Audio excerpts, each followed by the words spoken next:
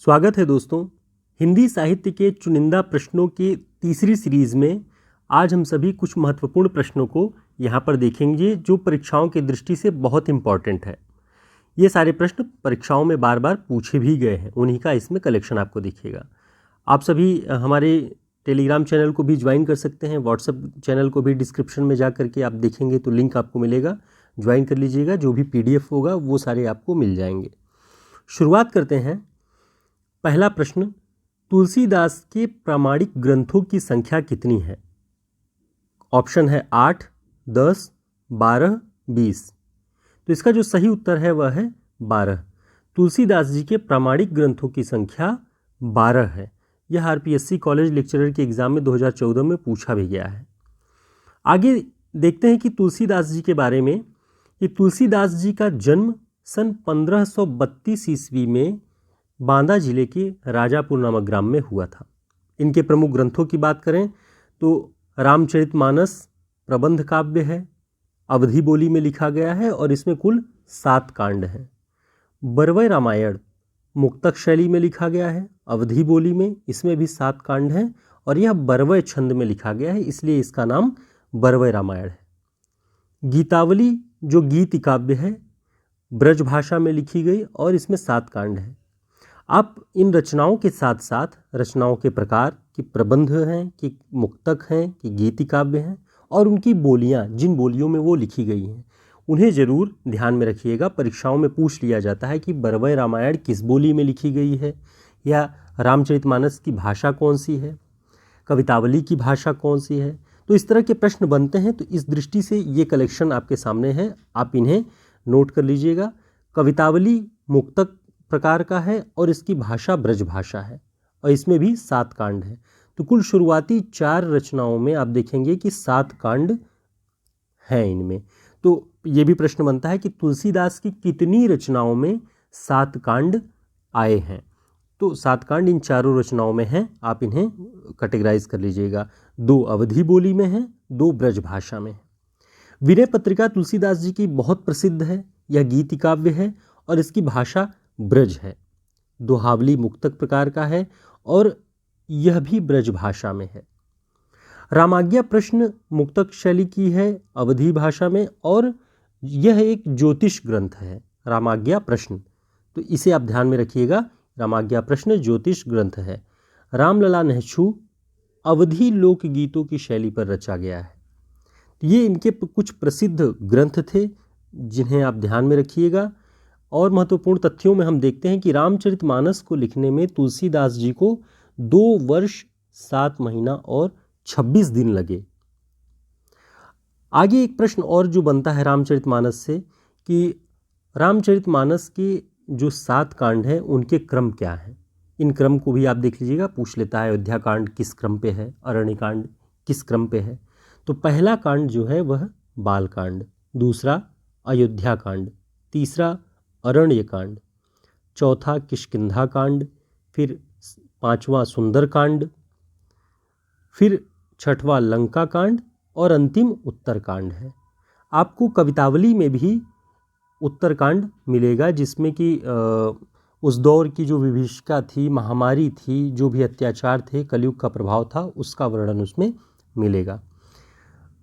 अब और महत्वपूर्ण जो तथ्य हैं वह है तुलसीदास जी की प्रथम रचना अगर पूछ ली जाए तो वह है वैराग्य संदीपनी और अंतिम रचना कवितावली। और इसी कवितावली के अंतर्गत तुलसीदास जी ने अपनी जो बाहु में जो पीड़ा हुई उसके लिए जो एक हनुमान जी से याचना प्रार्थना के रूप में जो कुछ लिखा उसे हनुमान बाहु कहते हैं और परिशिष्ट के रूप में वह कवितावली में ही छपी हुई है। आचार्य रामचंद्र शुक्ल ने रामचरितमानस को लोकमंगल की साधनावस्था कहा है। ध्यान रखिएगा, सिद्धावस्था नहीं, साधनावस्था का काव्य माना है। किसे? रामचरितमानस को। अयोध्या कांड को रामचरितमानस का हृदय स्थल कहा जाता है। रामचरितमानस का हृदय स्थल अयोध्या कांड। अयोध्या कांड की चित्रकूट सभा, जहाँ पर सारे राम भगवान के सारे जो प्रियजन थे वो अयोध्या से चल करके उनसे मिलने जाते हैं। चित्रकूट में जो सभा होती है उसे आचार्य रामचंद्र शुक्ल जी ने एक आध्यात्मिक घटना माना है। आचार्य रामचंद्र शुक्ल जी ने तुलसीदास को अनुप्रास का बादशाह कहा है।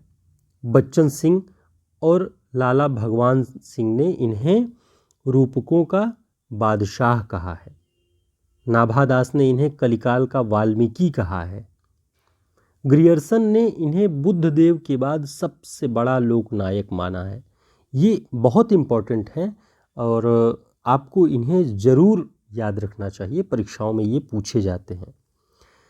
तुलसीदास ने रामचरितमानस को सबसे पहले रसखान को सुनाया था। सबसे पहले रामचरितमानस को उन्होंने रसखान को ही सुनाया था। तो ये पहले प्रश्न के अंतर्गत हमने इतने तथ्यों की बात की।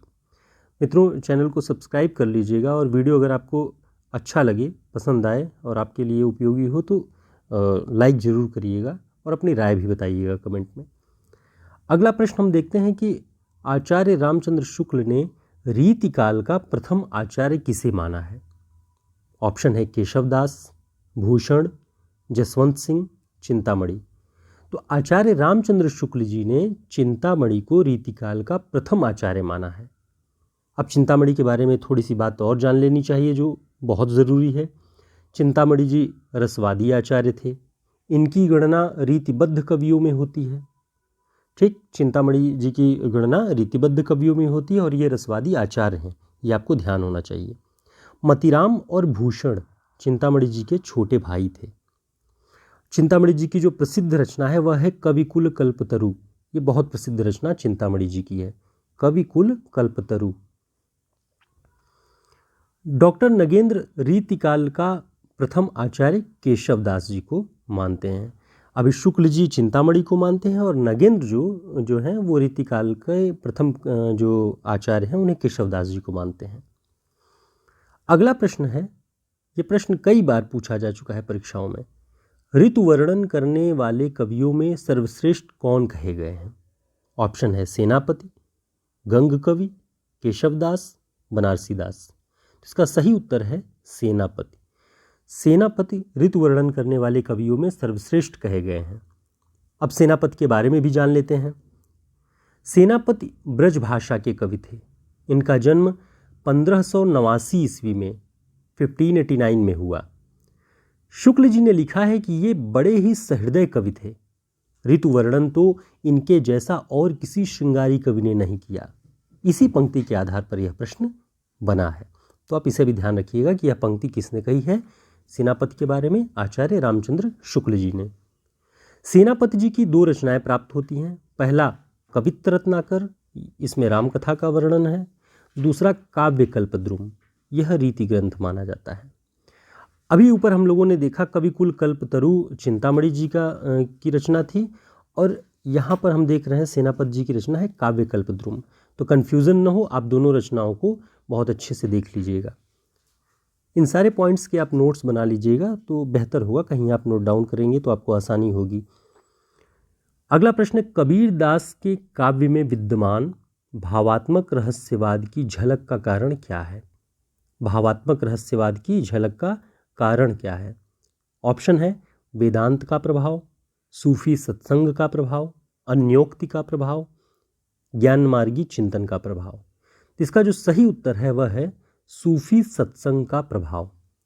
कबीरदास जी के काव्य में जो भावात्मक रहस्यवाद है उसका कारण सूफियों का सत्संग है, उनका प्रभाव उनके ऊपर पड़ा है। शुक्ल जी इस विषय में लिखते हैं, कबीर की वाणी में स्थान स्थान पर भावात्मक रहस्यवाद की जो झलक मिलती है वह सूफियों के सत्संग का प्रसाद है। तो इससे यह पुष्ट हो जाता है, आपके प्रश्न का जो उत्तर है वह पुष्ट हो जाएगा शुक्ल जी के कथन से। तो आप इसे बहुत क्लियरली देख लीजिए। अगला प्रश्न है, आदिकाल के लिए सिद्ध सामंत युग नामकरण किसने किया है। ऑप्शन है आचार्य रामचंद्र शुक्ल, रमाशंकर शुक्ल रसाल, शिव प्रसाद सिंह, राहुल सांकृत्यायन। तो इसका जो सही उत्तर है वह है राहुल सांकृत्यायन।